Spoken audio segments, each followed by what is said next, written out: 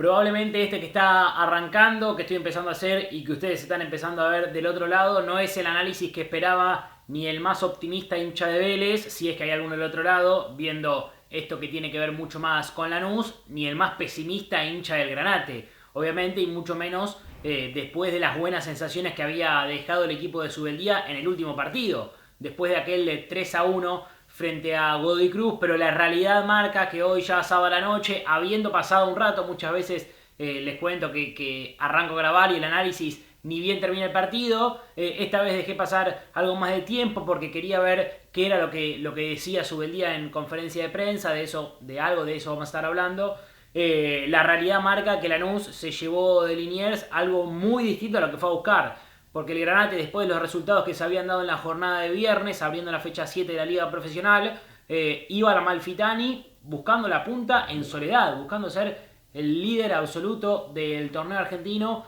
Y la realidad es que se volvió de Liniers a la Fortaleza con una goleada prácticamente humillante. Porque la verdad que te metan 5 goles, más allá de cómo haya sido el trámite del partido, que ahora lo vamos a analizar en profundidad. Que te metan 5 goles es realmente muy duro y será un golpe del que deberá reponerse rápido el conjunto de Luis Ubeldía, porque el próximo miércoles tendrá 3 días para preparar el partido que se viene. Por la fecha entre semana, la octava estará recibiendo a Gimnasia en la Fortaleza el miércoles por la tarde, así que no tendrá mucho tiempo Ubeldía ni para pensar qué es lo que tiene que retocar, si es que tiene que retocar algo, ni los jugadores para cambiar rápido la cabeza y ponerse el objetivo de volver a sumar a 3 puntos para no alejarse del lote de los de arriba, que es cierto,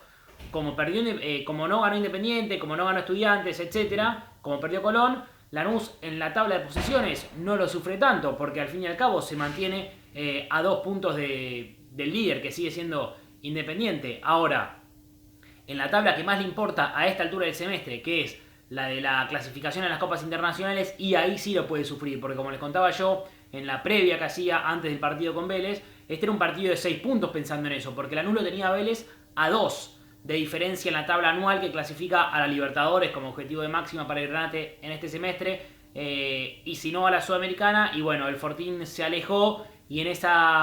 además de que se le alejó el Fortín, lo pueden pasar un par de equipos a Lanús dependiendo de los resultados de esta fecha. A ver, es cierto que el torneo es largo, tanto para Lanús como para el resto, y que en esta se haya quedado a 4 o 5 puntos de la zona de Libertadores no significa que en la próxima no pueda volver al triunfo, que los demás pierdan y volver a ponerse a tiro, porque es lo que pasa en el fútbol argentino. De hecho, Vélez hoy gana su primer partido, aunque no se condice con la realidad que Vélez haya tenido 0 triunfos y 0 goles en los primeros 6 partidos con el plantel que tiene, sino que tiene mucho más que ver con las ausencias que tuvo en la gran mayoría de los partidos entre su participación en la Copa Libertadores y la sesión de los jugadores determinantes como Thiago Almada y Ortega al sub-23. Bueno, termina arrancando el Fortín en este partido contra Lanús. Antes de arrancar, como siempre, agradecerles a todos los que se suscriben, invitarlos si todavía no lo hicieron, sobre todo si son hinchas de Lanús, para no perderse ninguno de los contenidos, para sumarse al canal y darme una mano. Y bueno, a veces toca ver videos como este, que probablemente le hayan amargado de alguna manera el fin de semana a los hinchas del Granate, que arrancó con unos 15 minutos iniciales muy malos,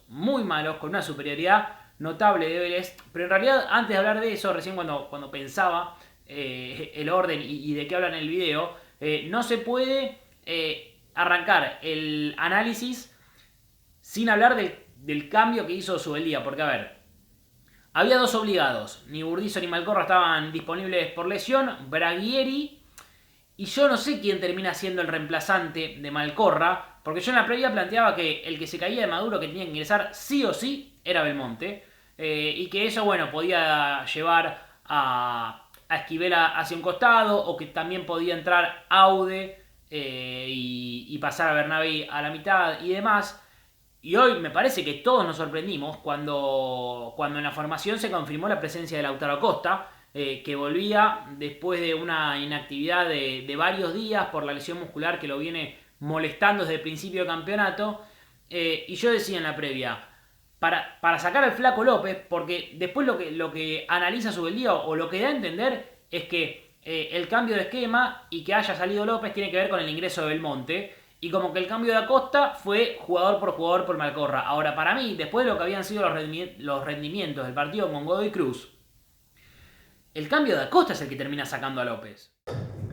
Para tener un poco más de equilibrio, que claramente no lo tuvimos en su totalidad, a pesar de que los primeros 15 minutos del primer tiempo Vélez se impuso con la circulación de balón, luego nosotros tuvimos 30 minutos muy buenos del primer tiempo. Creo que esa era la idea, poder ganar el mediocampo, tener un jugador más ahí en zona media para poder recuperar y circular el balón y al mismo tiempo tener situaciones de gol, que creo que el primer tiempo, luego de esos primeros 15... Al menos ese es el análisis que hago yo. Porque Esquivel había jugado un partidazo, suelto en la mitad de la cancha y bien se había ganado su lugar en la titularidad para esta visita a Vélez. Y porque López es, después de San, el segundo goleador del equipo, el jugador que le hace el trabajo sucio, un complemento necesario para el Pepe, así como Orsini lo era en la temporada pasada cuando nos cansamos de pedir, yo desde el análisis y muchos hinchas,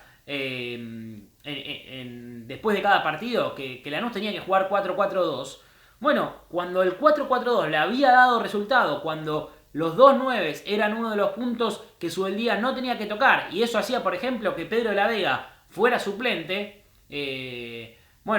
hoy sale López, a mi entender, para que ingrese el Laucha, y no es por caerle a Costa en la derrota, porque claro que en un 5-1 no se le puede caer a un jugador, así como tampoco quizás se le puede caer solo a Subeldía, pero me parece que el entrenador termina siendo el principal responsable, más allá que Lanús se enfrenta a un equipo y a un plantel de jerarquía, con jugadores de jerarquía, que como decía en el principio, no tenía nada que ver con los números que llevaba en el torneo. El cambio ese y termina siendo algo que hace ruido en el global del partido, porque ¿por qué tenés que cambiar algo que viene dándote resultado para poner a un Laucha Acosta, que hace mucho que no es el Lautaro Acosta determinante, que uno conoció y que tanto bien le hizo a este Lanús y que tanto lo necesita, obviamente, Lanús? ¿Qué mejor para el Granate, para Subeldía, para los hinchas, para el club, para los dirigentes, para los propios jugadores, que tener a Lautaro Acosta del 2016? Pero bueno, ¿cuál era el apuro por meter al Laucha en este momento donde no es que lo perdiste por lesión o por suspensión y estás esperando que vuelva porque se resiente el equipo? No, el equipo venía funcionando sin Lautaro Acosta y hoy,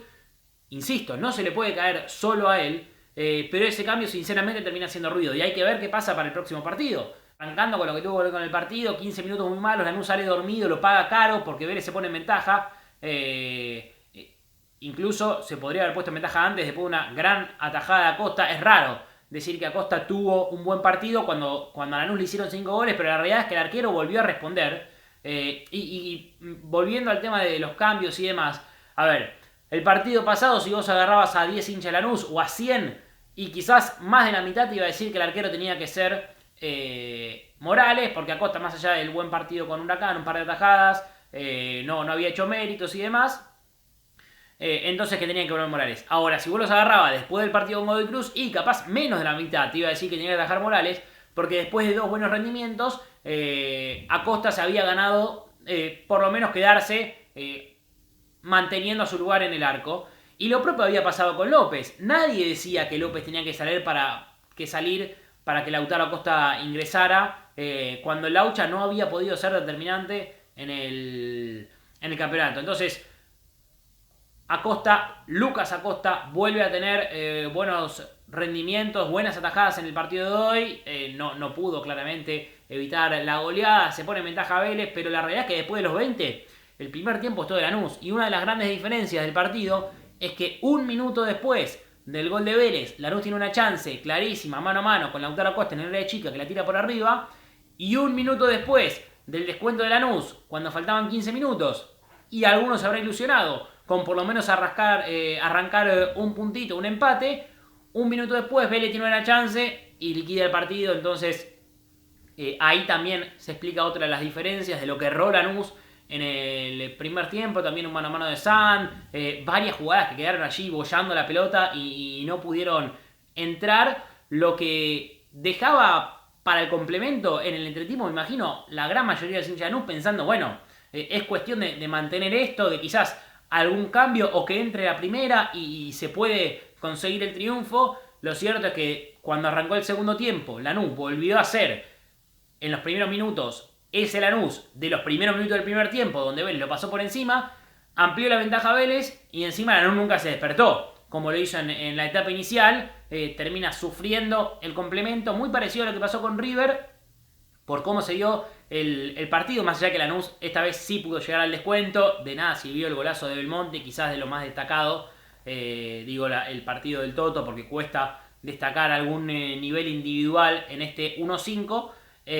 pero de poco sirvió, porque al minuto liquida la historia Vélez y como si fuera poco se equivoca Braguieri en su regreso a la titularidad para el 5-1 final.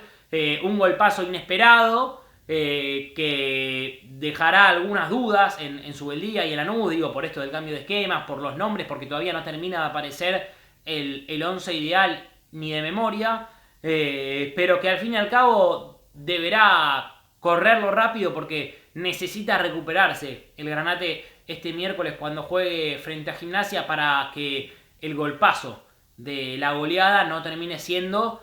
una crisis en el torneo que lo aleje del lote de los de arriba y que después sea irremontable para pelear por los objetivos, teniendo en cuenta que es el campeonato local lo único que tiene, el único lugar a donde tiene apuntados los cañones Lanús.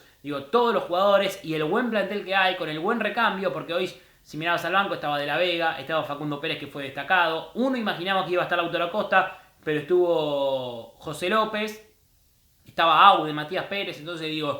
plantel para pelear el campeonato hay. Y yo decía, esta fue la primera gran prueba de Lanús, porque a River yo lo saco, lo pongo un escalón por encima, porque claramente en el momento en que llegó, además, al partido con Lanús, estaba por encima de todos. Es cierto que ahora parece dejar alguna duda, pero se va a volver a poner seguramente como uno de los grandes candidatos. Y Vélez no era ni más ni menos que Lanús, como el resto de todos los equipos, y esta era la primera gran prueba de carácter de este campeonato, no del ciclo, porque hace cuánto que Lanús viene perdiendo partidos definitorios o importantes, o esos partidos para dar el salto o el paso hacia adelante. Bueno, lamentablemente para el Granate y para Subeldía, en su paso por